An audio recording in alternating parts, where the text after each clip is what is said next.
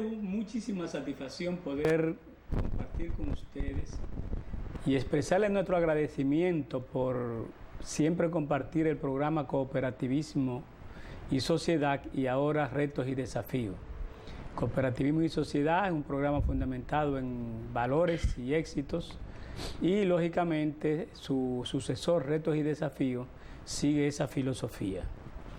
Como les digo, en cualquier momento le podríamos estar avisando a TEN Radios y la reapertura del programa Cooperativismo y Sociedad. Vamos a continuar con nuestra estructura de programa y es iniciar con la ley. La ley nuestra es justamente el mensaje cristiano. De modo que, Santiago, muy buenas tardes. Es un sábado que tiene sus detalles, sí, porque llueve, sí, no llueve. Un sábado después, muy bonito, sí. Está muy bonito. Aunque lo bonito depende de quién lo está percibiendo. Sí. Sí. Dios también es el primero que encabeza eso. Oye, Nicolás, el mundo está en crisis. La política, la justicia, la economía, las organizaciones, las ideas, los valores, la educación, la familia y las instituciones están en crisis. Pero tú sabes por qué. Y Mateo 11, de versículo 29 en adelante, y número 12, del 1 en adelante, dice que hay que ser manso. La mansedumbre es una actitud que posee en el interior de la persona. Y cuando la persona no es manso, no posee esa característica, la mansedumbre, pues difícilmente esa persona logre mantener lo que es la estabilidad, la paz en la sociedad. Eso lo dice Mateo 11, del versículo 29 en adelante. No, sí, está claro. Tú sabes que la Biblia tiene muchos contenidos en relación al tema de la sociedad, en relación sobre todo al tema del comportamiento de la persona, porque algo importante de la Biblia es que ella se enfoca a la relación personal de cada individuo con Dios y al comportamiento particular de cada persona. Lógicamente se partiría de un supuesto, y es que el conjunto de las personas constituyen la sociedad. El conjunto de las personas, de las entidades, son la sociedad, y entonces en función de cómo se comporten, en base a las leyes propias, ¿verdad?, creadas por Dios, y en base a las leyes creadas por el hombre, y sobre todo en contenido de conducta, entonces no hay duda de que si tú eres un pueblo de guerra, pues no hay paz. Si eres un pueblo de paz, pues bueno, no hay guerra. Sí, el hombre ha sido violento casi desde su inicio. Oye, ¿cómo ser un líder de impacto en tiempos de crisis? Dice aquí que la mansedumbre de Dios no implica debilidad. La mansedumbre es una virtud humana, soporta la incomodidad. Este fruto se puede manifestar cuando se está totalmente apegado a Dios. Sabes que en tiempos de crisis el liderazgo tiene un papel muy importante. El liderazgo no es cualquier persona. El liderazgo es un conjunto de atributos, un conjunto de características expresadas en conducta y en visión, que tienen personas que hace que su capacidad de ver la cosa y al mismo tiempo su entrega y la forma en cómo sirven, esa actitud de servicio, hace que las personas lo sigan, pero al mismo tiempo tiene capacidad de influir. La mansedumbre es un punto clave, pero no es suficiente. O sea, es necesario que por sus valores, por sus ejemplos, porque predica con el ejemplo, la persona lo sigue. Un punto relevante en el liderazgo es la capacidad de generar confianza y la forma en cómo se trabaja en equipo. Si te quiero dar un ejemplo de mansedumbre, es la actitud de Jesucristo en relación a agresividad o la ofensa de los demás y la reacción que él dice que deben tener los individuos. Sobre todo hasta el extremo de decir que si tú le das, si alguien te da una galleta, pues tú debes ponerle la segunda para que... no es que está diciendo que tú aceptes golpe, no, lo que está diciendo con esto es que sea manso, que tú no puedes reaccionar con agresividad porque el otro está reaccionando con agresividad. Pero el tema del liderazgo, que es un tema que incluso que le hemos abordado mucho en Cooperativismo y Sociedad, y que aquí lo vamos a retomar de nuevo, un tema que requiere una atención especial, porque requiere un entender y asociar la personalidad y con una serie de aspectos vinculados con la reputación, el trabajo en equipo, la visión, la forma en cómo se conduce y la forma en cómo se dirige. Pero sobre todo el liderazgo se basa en dar a cambio todo lo que tú puedes dar a cambio, dar todo lo que tú puedes dar a cambio de nada. Pero eso lo vamos a ver en su momento. Oye, es una característica importante del líder, discutir sin tolerancia, encarar la verdad sin resentimiento, decir la verdad, pero no llevar problemas con aquella persona, enojarse sin pecar. Pero cuando dice decir la verdad sin resentimiento, hay dos puntos ahí. O sea, el resentimiento es la forma en cómo la acción o la actuación de otro te impacta y tú cómo reaccionas, cómo te queda eso en ti.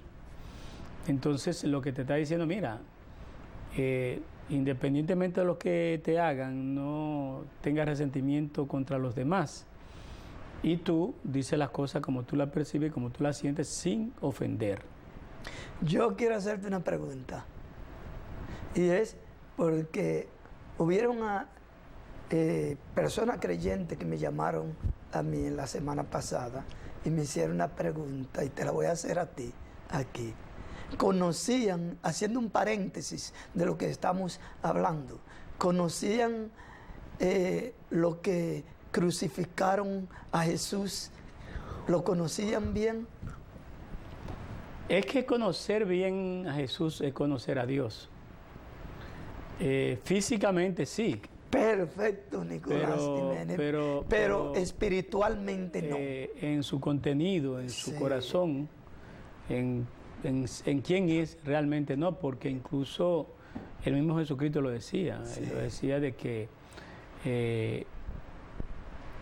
incluso la actitud de los fariseos de nunca reconocer de que Jesucristo era justamente Hijo de Dios y Él el Mesías, significa que no lo conocían. Así es. Y todavía hoy los judíos no lo reconocen. Y tú dijiste algo muy importante, lo conocían físicamente. Fíjate que algunos de los discípulos no tenían la confianza real de que era el Hijo de Dios. Por eso una vez Jesús tuvo que decirle a uno que le preguntó que le presentara el Padre. Entonces él le decía que ha permanecido mucho tiempo con vosotros y no conoce el Padre.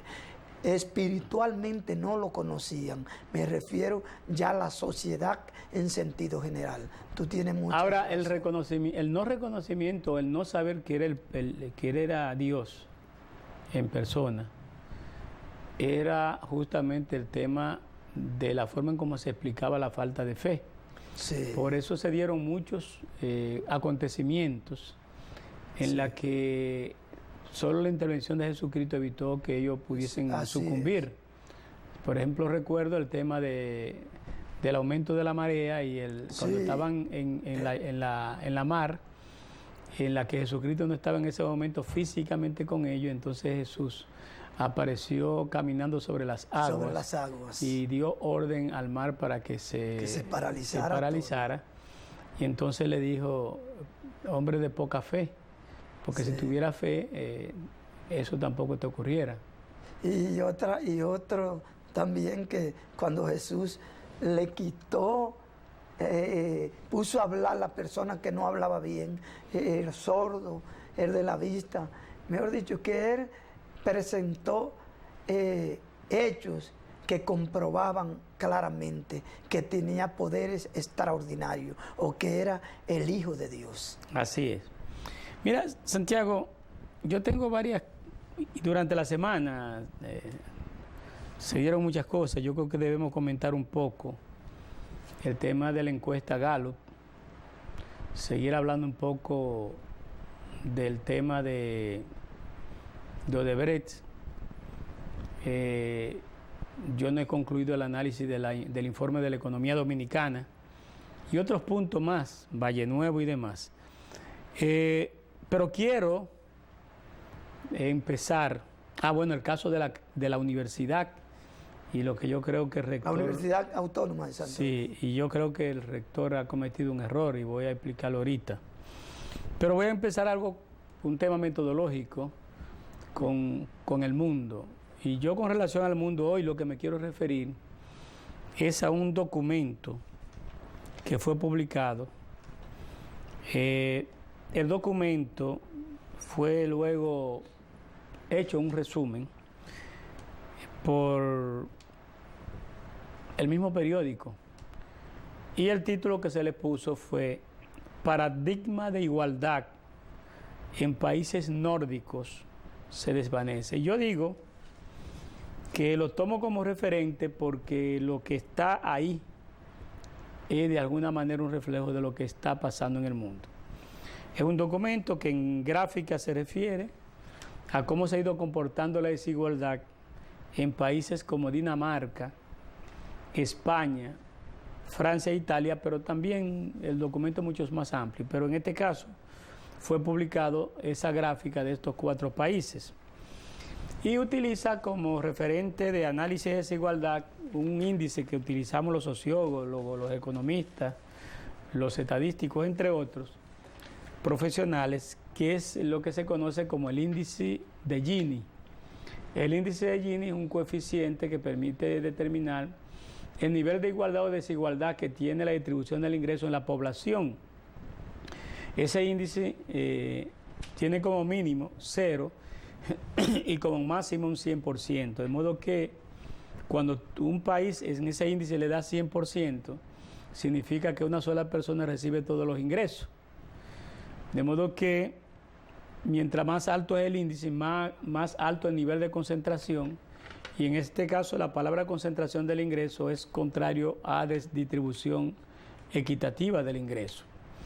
Es importante comentar la relación que hay entre el aumento de la pobreza con el aumento de la desigualdad.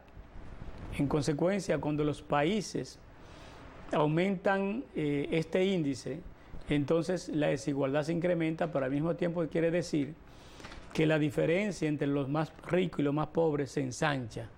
De modo que aquellas personas que anteriormente podían corresponder a una clase media, posiblemente estén cerca a una clase ya de bajo ingreso.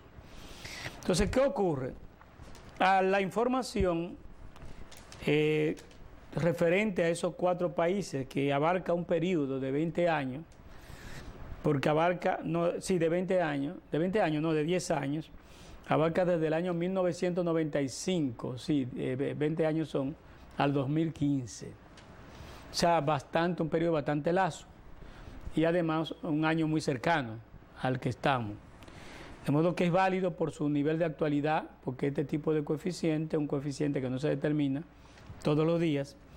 ¿Y qué me dice? Bueno, de los 4 países analizados, en el año 1995, Dinamarca era el país más igualitario de esos 4 países, donde el índice era un 20%. Es decir, lo que quiere significar con esto es que el nivel de equidad distributiva era bastante equitativo, comparado con un país, por ejemplo, como Francia, que tenía un 28%, como España, que tenía un 34%.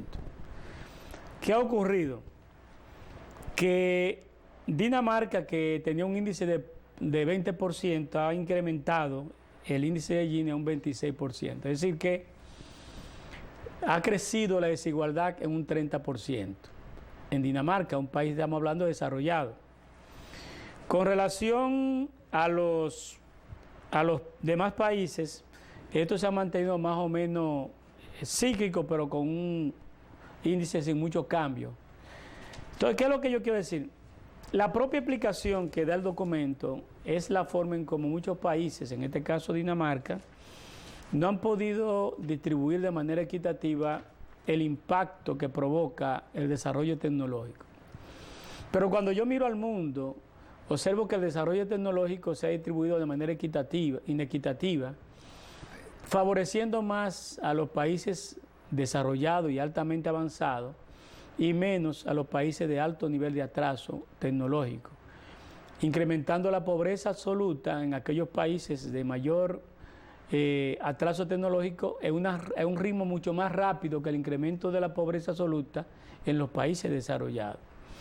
Y estamos hablando de 20 años en la que es la característica fundamental que imperó es la globalización y el dominio del pensamiento neoliberal. De modo que, más que fomentar la igualdad, este pensamiento económico y esta práctica económica y el propio desentender de la economía lo que ha conducido a un incremento de la pobreza global, porque esto que está aquí es válido para Dinamarca, pero también es válido para los demás países. De hecho, en España, en el año 1920 era un 34, pero no es que ha bajado de un 34, ahorita está como en un 35, o sea, no ha bajado. En Italia sí ha bajado un poco, desde un 33 ha bajado a un 32.5,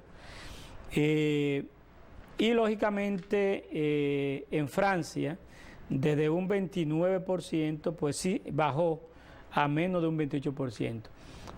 Pero lógicamente, lo que quiero significar con esto es que realmente en el mundo hay más pobreza, aunque tú veas tasa en algunos países mucho más baja. Yo quiero decirte que se habla mucho de que los países muy democráticos, en la desigualdad, y que la democracia, donde hay democracia no hay desigualdad.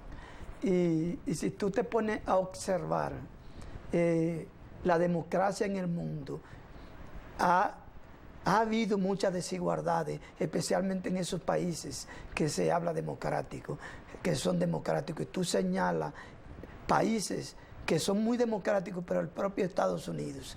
Y cuando tú te afianzas en desarrollar tú, tanto en lo político, en lo económico, en todo, y no coopera con los demás países, pues entonces hay una desigualdad. El mundo ha vivido un contexto de incremento y fortalecimiento de la democracia, pero un ambiente de liberalización, de globalización, y ahora va a transitar una nueva etapa. La nueva etapa es que la democracia va a seguir operando, pero con presencia mucho más fuerte del Estado, donde la libertad y la iniciativa privada tiene que considerar las políticas económicas y el criterio de algunos gobernantes de entender que el Estado tiene que ser más fuerte, lo que va en contra de la fortaleza del mercado.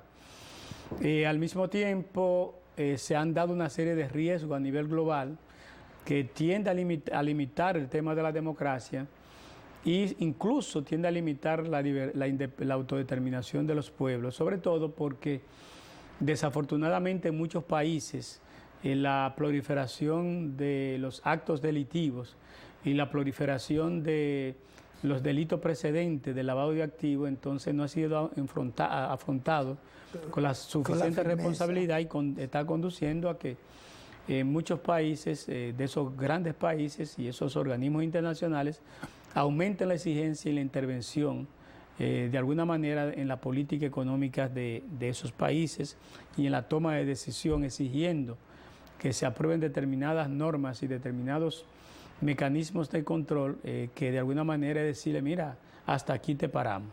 Así. Nelson Mandela decía que cuando la democracia no hay alimentos, no hay educación, hay ignorancia, pues es una democracia, una cáscara vacía, decía Nelson Mandela, y que cuando tú aplastas tus hermanos, pues no hay igualdad y la desigualdad tiene que estar favorecida a lo que es la hermandad, a lo que es el bienestar para todos. Y eso no lo ves tú ni con los estados, que deben de unirse todos, ni con el propio sistema de esa nación. Y tú sabes que en referencia a lo que dijo Mandela, el tema es que el fin de la sociedad es la vida. El fin de la sociedad no es la libertad, no es la democracia es camino, la libertad es camino. Sí. Pero el fin es la vida.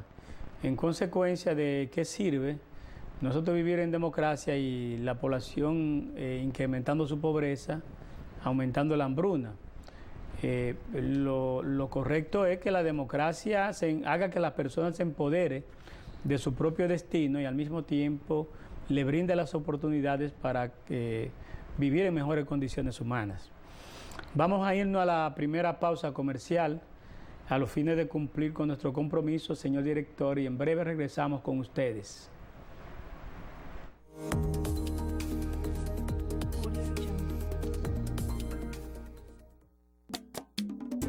De aquí para allá y de allá para acá, ganas con tus remesas. Por cada transacción de remesas que envíes o recibas a través de Banreservas, te entregarán un rayadito con el que podrás ganar tarjetas de llamadas, premios en efectivo, tabletas y teléfonos inteligentes. De aquí para allá y de allá para acá, ganas con Banreservas, con Banreservas. Banreservas, el banco de los dominicanos.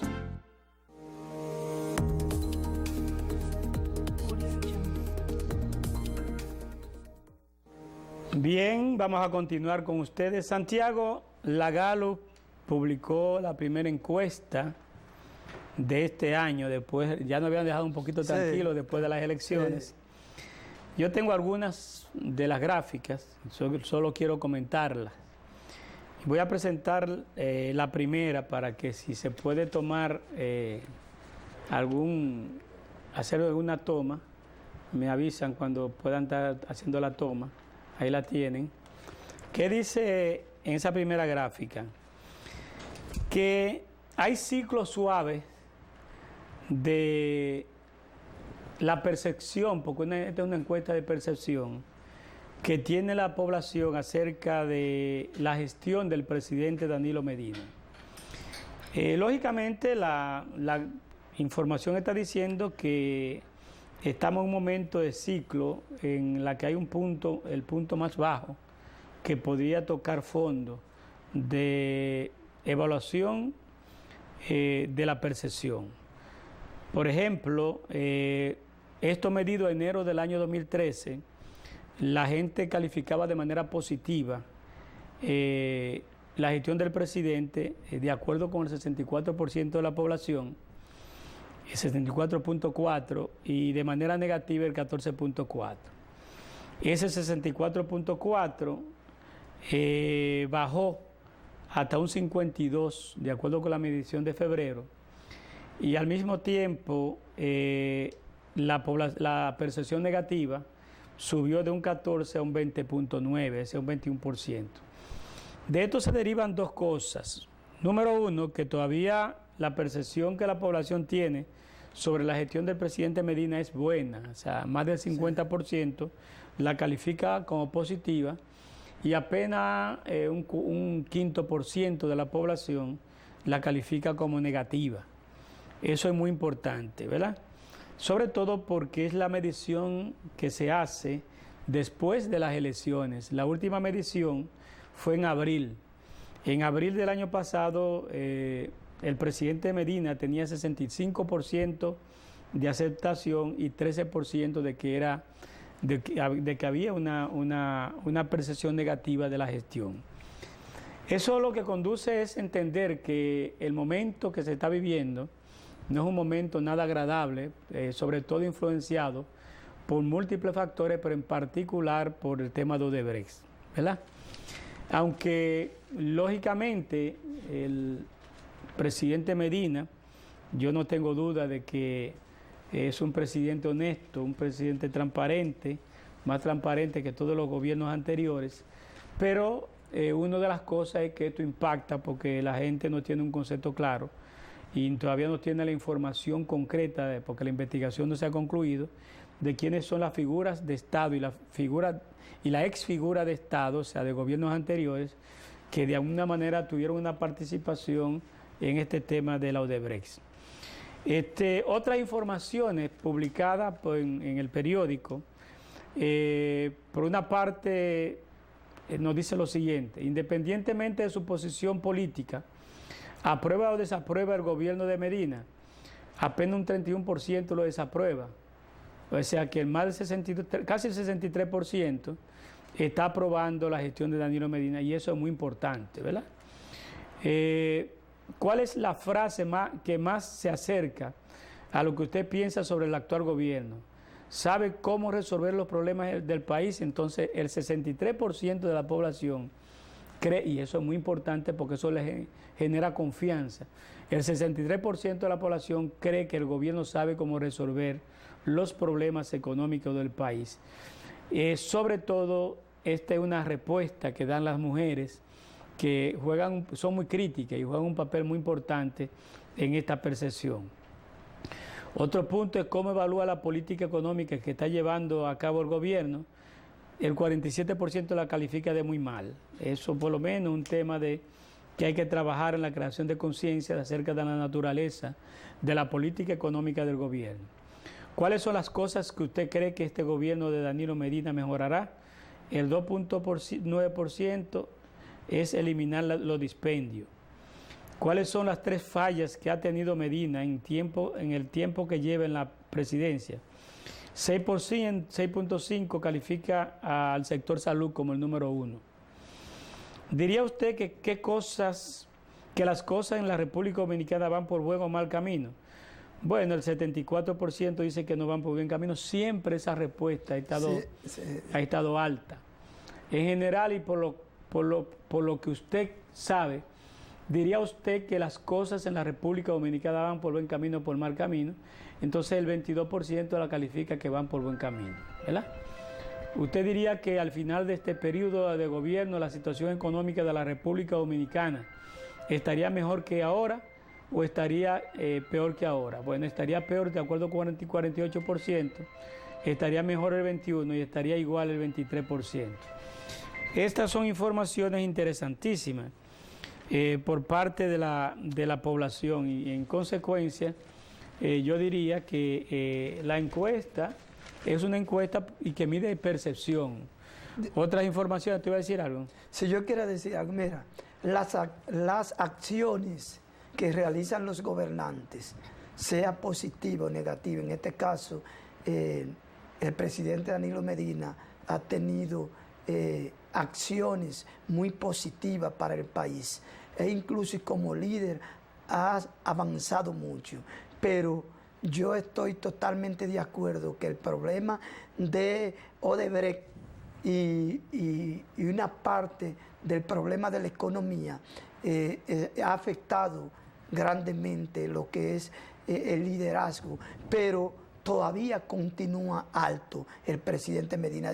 Muchos han considerado el acuerdo entre la empresa Odebrecht y la Procuraduría General de la República o el sistema de justicia dominicano como de lenidad, de suave, de permitir ser muy suave de lo que se debe hacer. Entonces, eso ha afectado un poco, pero continúa la popularidad del presidente Medina. Esa forma del presidente Medina de humildad lo ayuda mucho. Totalmente de acuerdo contigo. Hay otra cosa para concluir en esa parte.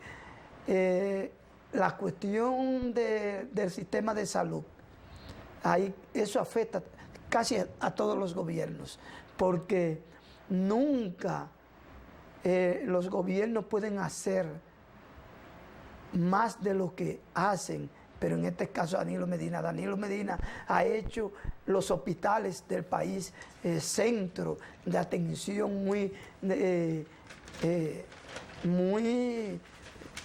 ¿cómo puedo decir? Que puede ir las personas, la gente va y siente que está en una clínica, pero aún hay otros problemas que envuelven ese problema, que afecta también.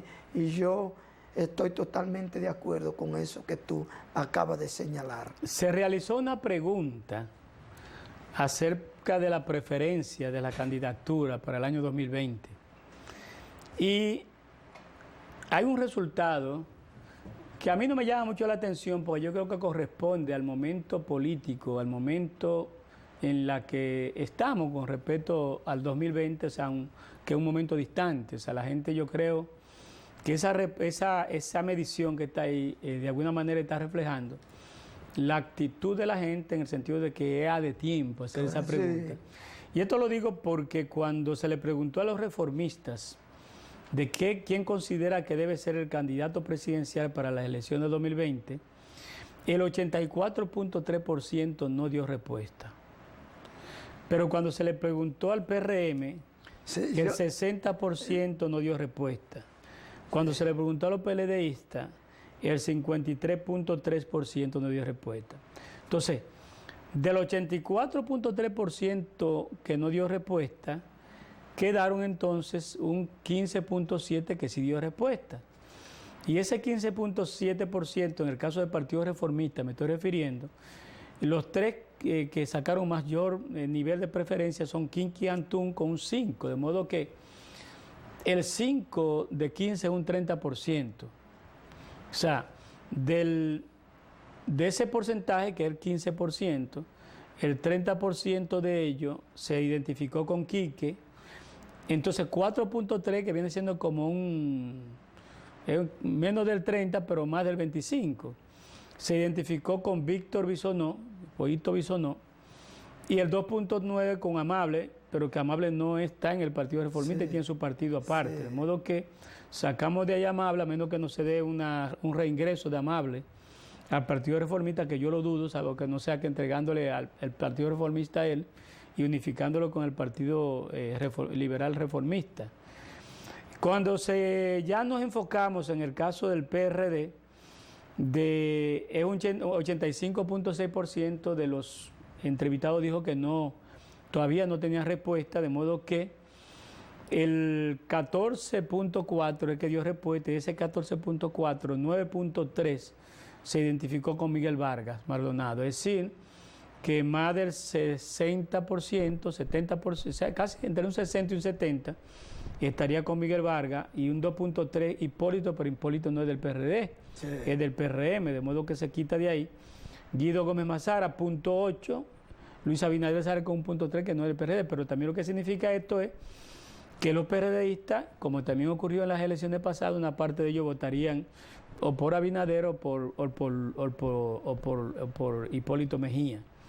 Igual que un 0.2 por Orlando Jorge Mera y Víctor Gómez Casanova, que sí es del PRD, tiene apenas un 0.2%. Es decir que fuera de Miguel Vargas, los PRMistas son mucho más aceptados en el PRD que los propios PRDistas, y eso sí llama bastante la atención.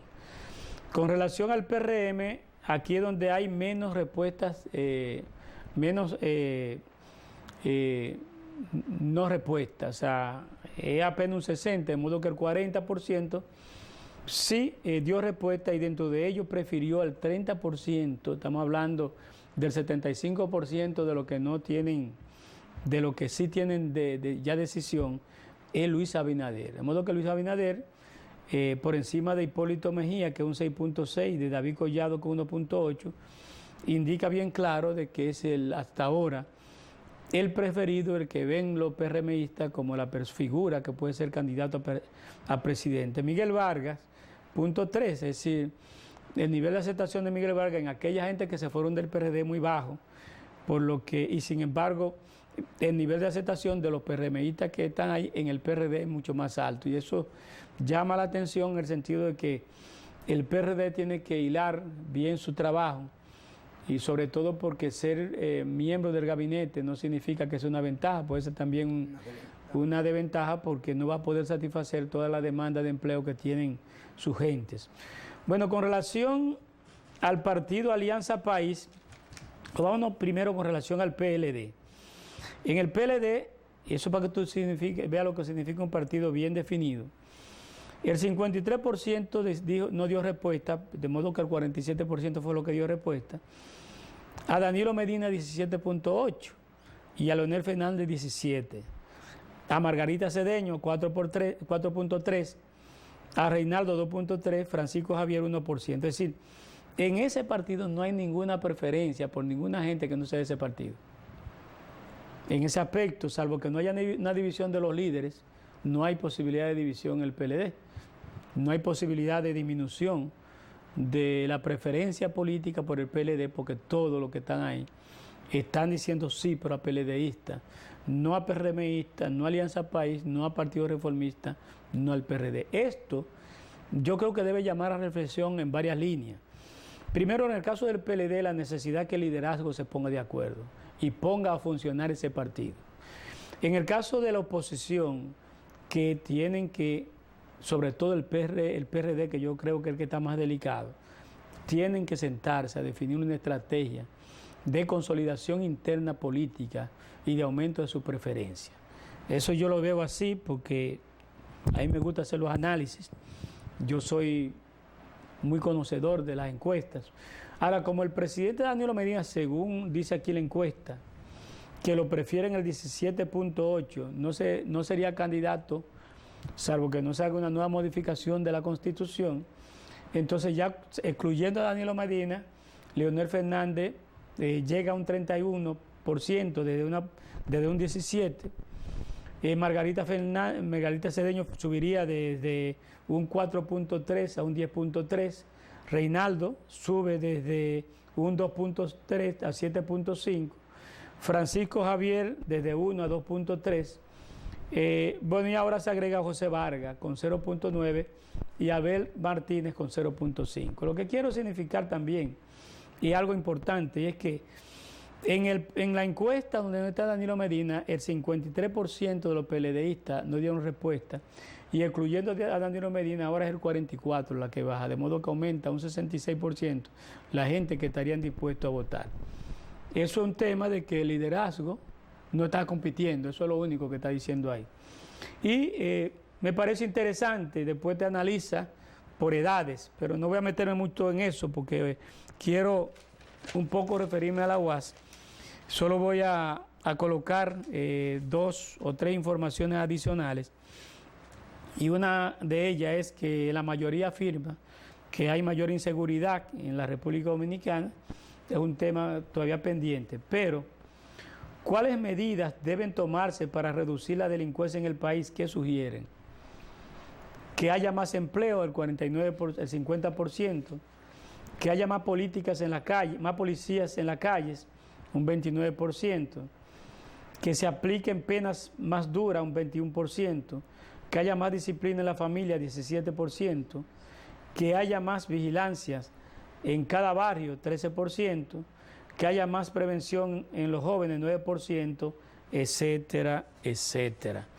Yo creo, el otro punto es que la persona califica de grave, muy grave la situación de endeudamiento de la República Dominicana. Yo creo que con esto nos podemos ir, Santiago, si tú no tienes algún tema antes de yo irme ya al análisis un poco de la UAS, e irnos a la siguiente pausa para cumplir con nuestros compromisos comerciales. De modo que en breve regresamos con ustedes, distinguidos amigos, distinguidas amigas.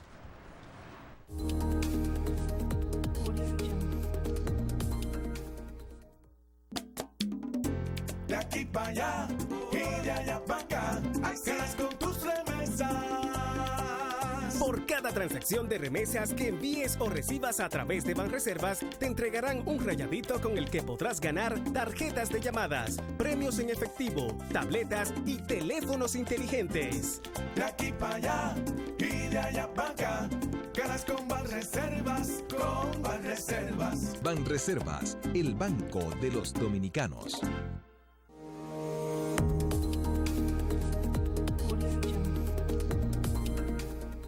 Bien, yo quiero, Santiago, si tú no tienes otras cosas que tratar, que abordemos el tema universitario y la huelga de la UAS. Pero yo quiero empezar con lo que dice el rector. Quiero ponerlo así para que lo puedan tomar. No sé si aquí lo pueden ver. ¿Se ve? Ahí. Ahí. Dice, rector, solución a crisis UAS está en manos del gobierno. Es decir, que este caballero, mi amigo Iván, cree que la crisis de la UAS es un tema de presupuesto. De modo que si es un tema de presupuesto, siempre el día que el gobierno le dé mucho cuarto a la UAS, ya. Yo creo que la crisis de la UAS no es de presupuesto. El presupuesto es un detonante fundamental para que se agrieten los ánimos, para que se organicen huelgas, pero la verdadera crisis de la UAS es una crisis estructural, es una crisis de valores, es una crisis de incapacidad que ha tenido la sociedad para responder a su filosofía. Y entonces, yo creo que también una actitud irresponsable, bueno, que es el gobierno que la soluciona, sin poner nada a cambio. Yo he estado escribiendo y voy a escribir en algún momento este trabajo que ya empecé a hacer. Yo solo lo mandé lo pueden conseguir en Facebook o en Instagram de Nicolás Jiménez. Y yo voy a leer esto que yo escribí y quiero tu comentario. Yo le puse el título, Justicia presupuestaria para la UAS, una necesidad de la sociedad. Digo, creo y defiendo lo que afirmé. Eso fue que yo lo escribí antes de esto. Yo afirmé lo siguiente. En la UAS debemos exigir que se haga lo que se exige al Estado. Solo así se logra la calidad moral. Primer punto que dije. Segundo punto. El saneamiento en la UAS es un compromiso ético para los que no tienen doble moral en la búsqueda de una sociedad transparente. El tercero que dije es quien no tiene valor para cambiar, no tiene calidad moral para exigir cambios en la sociedad. Luego entonces procedí a desarrollar lo siguiente, tomando eso como antecedente. Pero justifica esta realidad que a la UAS no se le aumente el presupuesto. ¿Es la educación un gasto o una inversión? Creo en la necesidad de un mejor presupuesto para la Universidad Autónoma de Santo Domingo, UAS. Y este sentimiento y pensamiento no es nuevo. Soy uno de los profesores que, aunque ostentamos la categoría de titular, como uno de tantos, la UAS, aunque de posgrado en universidad, aunque me gradué en la UAS en grado y de posgrado en las universidades extranjeras, como otros tantos, tengo más de 3 décadas en la UAS, fui de los fundadores de la Asociación de Becas, Estudio y Trabajo, empleado administrativo, monitor, ayudante de profesor y hoy con mucho orgullo soy profesor tanto de grado como de maestría. Y sin embargo, no parto en ese sentimiento y en esa necesidad de agradecimiento para justificar la necesidad de un incremento del presupuesto de la Universidad del Estado. Si bien esto existe en mí, también estoy convencido que es parte de la responsabilidad de un Estado de ver mejor en el tiempo y tomar la universidad como un instrumento que apoyaría los pilares del desarrollo sostenible del país. En la UAS, donde los grupos de menores ingresos tienen la posibilidad de lograr una carrera profesional, es en la UAS en donde el estudiante debe dedicar el 100% de su tiempo para estudiar y no ser un componente de la población económicamente activa, ganando un salario para poder estudiar. Es en la UAS en donde estos estudiantes tienen la oportunidad de hacerse de una profesión y lograr asomarse a la puerta de su cambio de estatus social. Eso me ocurrió y le ha pasado a miles de dominicanos. Creo que históricamente el Estado dominicano tiene una gran deuda con la sociedad por medio de la UAS, ya que un mejor presupuesto para el centro de estudio es seguir abriendo las puertas para que miles de dominicanos puedan salir efectivamente de la pobreza material. Cierto que la UAS necesita ser más responsable con lo que dice en su filosofía, en sus estatutos orgánicos. Los grupos que allí participan deben ser más coherentes y no actuar con doble moral. Deben practicar lo que profesan, caigan quien caiga. No obstante, la UAS necesita presupuesto para temas muy necesarios de la sociedad dominicana, tales como, número 1, Financiar el pago justo a los profesores que imparten docencia. Anualmente crece la población estudiantil, crecen las sesiones y la necesidad de profesores. Sin profesores o medios que sirvan de guía para el aprendizaje es muy difícil disponer de profesionales calificados. Un país sin profesionales tiene que depender del desarrollo de otros países y su independencia es ilimitada. Es necesario comprender que ir a impartir docencia responsable a la UAS requiere de preparación continua por parte del profesor, inversión en adquisición de libros, herramientas tecnológicas y gasto de vida, incluyendo logísticos. 2. Realizar el pago salarial justo a los empleados, en particular a los que están ubicados en plazas que no son botellas, plazas que responden a una institución que se comporta responsablemente, aunque también existan muchos irresponsables en el nombramiento muchas irresponsabilidades en el nombramiento del personal administrativo, pero eso no justifica que se niegue un incremento del presupuesto de la universidad. En estos últimos nombramientos, la UAS y sus políticos actúan de manera irresponsable frente a la sociedad. Cada vez que sale un rector deja su nómina, se justifica o no. Y al apoyar a otro candidato suele estar como tema de negociación para el apoyo. Eso no es justo ni ético. Eso es doble moral, porque muchos exigimos lo que es correcto, pero poco hacemos para mejorar lo incorrecto, aunque los discursos abundan. 3.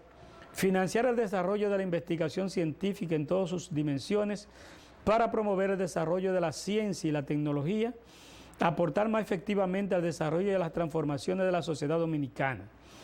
Este desarrollo debe ser conducido en el plano técnico, en el plano social y en el plano administrativo y gerencial, en el plano químico y bioquímico, cibernético, biológico y biotecnológico, y en otros temas como el caso del desarrollo de la tecnología, de la información y las comunicaciones. 4. Financiar la incorporación de la universidad en la sociedad mediante políticas de atención y de inversión social a fin de acompañar a los grupos vulnerables conjuntamente con el Estado y con el sector privado. 5. Incrementar la inversión física en aulas bien ambientadas y lograr que la UAS disponga de más y mejores espacios para la UAS. Seguir adecuando las aulas a nivel de todo el país. 6. Fomentar el desarrollo de los centros y extensiones universitarias en el interior.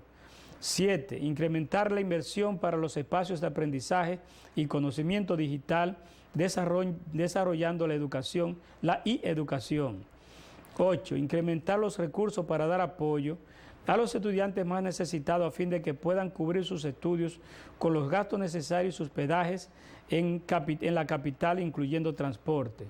9. Cubrir las necesidades básicas de insumos para los laboratorios, de materiales gastables y servicios básicos, cuyos costos crecen anualmente y cuyos precios no solo dependen de variables subyacentes, entre otros, que no es necesario seguir enumerando. 10. Dotar y ampliar los laboratorios de ingeniería, de ciencia, de las distintas ramas de la ciencia de la salud, de contabilidad con medios tecnológicos más avanzados y de mejor ambiente de aprendizaje. 11. Ampliar la capacidad del economato universitario. 12. Mejorar la calidad de la provisión de alimentos por medio de los llamados comedores universitarios. 13. Fomentar medios para que los estudiantes que son madres solteras o padres dispongan de espacios donde sus pequeños niños reciban atención en educación, salud y formación en general. 14. Incrementar las inversiones sanitarias y de saneamiento físico en los distintos edificios de la UAS. Es evidente que los temas presentados en los numerales anteriores requieren una comprensión de la prudencia, la ética y la justicia. Creo firmemente que en la UAS la atención a la UAS y su atención por parte del Estado mediante un presupuesto adecuado es una acción correcta. Sustentando en estas necesidades es al mismo tiempo parte esencial de una motivación ética por la lucha contra la desigualdad y la pobreza. Por esto, retomar una carga importante del presupuesto para desarrollar programas de corto y largo plazo es una solución viable, considerando la necesidad de que la UAS rinda cuenta a la sociedad como forma en que es una gestión, de explicar que es una gestión responsable y que la universidad por fin se podía estar encarrilando a ser faro de luz para la formación de una sociedad justa, transparente, ética, de menor pobreza y delincuencia y más equitativa. Todo lo anterior es más que necesario, sin contar que el financiamiento de la universidad por parte del Estado es un tema constitucional y establecido jurídicamente. Oye, Eso es lo que yo creo respecto a todo este tema, y sobre todo ese tema voy a estar desarrollando más en estos días. mira, no tiene desperdicio ese análisis que tú hiciste, pero oye lo que te voy a decir. Una de las cosas que hay que sacar de la Universidad Autónoma de Santo Domingo es la política partidaria. Eso es saneamiento de la política. Correcto, que ha afectado grandemente las ideas y los valores que se han perdido. Y han llegado hasta no darle el valor que merecen los maestros o la clase profesoral. Porque el prestigio de la Universidad Autónoma de Santo Domingo se debe a su clase profesoral, señor director, señor rector de la UAS. Si no hay una clase profesoral bien pulida, con una emerada educación, pues la Universidad Autónoma de Santo Domingo no adquiriría el prestigio que tiene. Así es que esa es mi opinión y estoy totalmente de acuerdo con ese análisis que tú hiciste. Sí, y yo creo que en la universidad se necesita una gerencia racional y una gerencia ética, sí, una gerencia con visión. Este problema que tenemos en la UAS, esta huelga, es resultado de irracionalidades tanto del rector como de los que promueven la huelga. Oye, el rector no ha hecho una propuesta a los que promueven la huelga, pero tampoco los que promueven la huelga se han acercado para asumir una actitud crítica respecto a esto. Yo he escuchado que incluso hay algunos asesores que lo que saben mucho es hacer huelga, pero lo que yo quiero decir es que el Estado le puede dar mañana muchos recursos a la UAS y la crisis sigue. Porque en la UAS hay personas visionarias, hay profesores, hay empleados visionarios, hay personas preparadas, hay personas con un nivel ético incuestionable, aunque haya muchas personas sinvergüenza. Hay grupos estudiantiles responsables, aunque haya muchas personas sinvergüenza. Pero la UAS es una entidad que es del pueblo. La UAS es una entidad donde, si no existieses, miles y miles de personas que hoy son profesionales no lo fueran.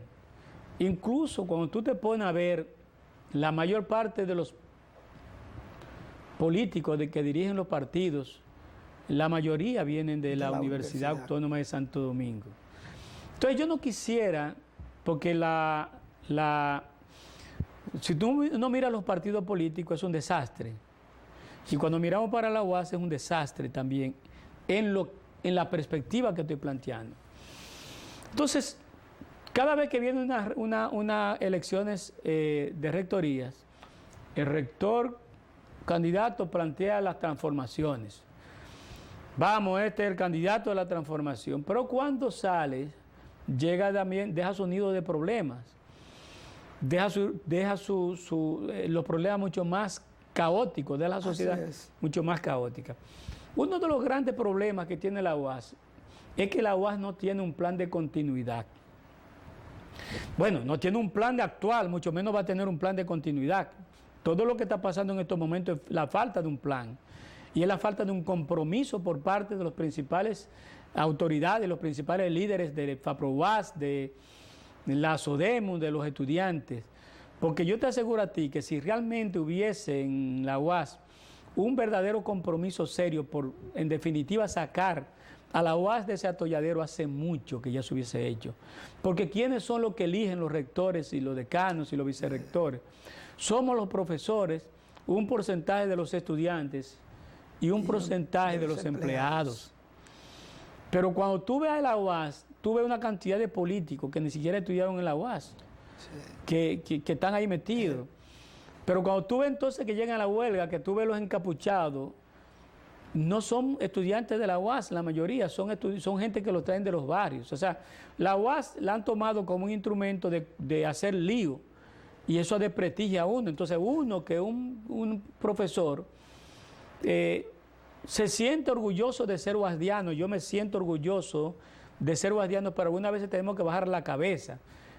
Tenemos que bajar la cabeza porque en la UAS, los que son candidatos, los que han sido candidatos y los que son actuales autoridades no tienen visión y son irresponsables. Ahora mismo hay un conjunto de candidatos que no tienen valores, que han hecho incluso hasta lo que no se debe hacer para llegar a cierto estatus profesional. Y yo te digo a ti una cosa, lamentablemente, si la semilla es mala, si la materia prima es mala, no hay posibilidad de que tengamos un buen producto. Si son candidatos de falta de valores y llegan mañana, no espere usted que en su gestión, ¿verdad?, como rector o vicerrector o decano, va a llevar valores porque usted no lo tiene y lo trae de su familia. Entonces, en esa perspectiva, yo lamento que esta sea la situación y mi enfoque, mi planteamiento está seriamente planteado. Yo lo voy a seguir desarrollando más este planteamiento, voy a incluir una serie de estadísticas y de informaciones que tengo y una serie de ponderaciones que son mucho más profundas que las que yo he establecido. Desafortunadamente el tiempo se agotó, de modo que no tenemos más, Santiago, que decirle a nuestros amigos que están siempre pendientes de este programa, Retos y Desafíos, muchísimas gracias y que Dios les permita terminar un fin de semana elegante en su vida y de mucha paz, de mucha felicidad, de mucha armonía entre ustedes. Así es. De modo que hasta la próxima, Santiago. Si Dios lo permite. Amén.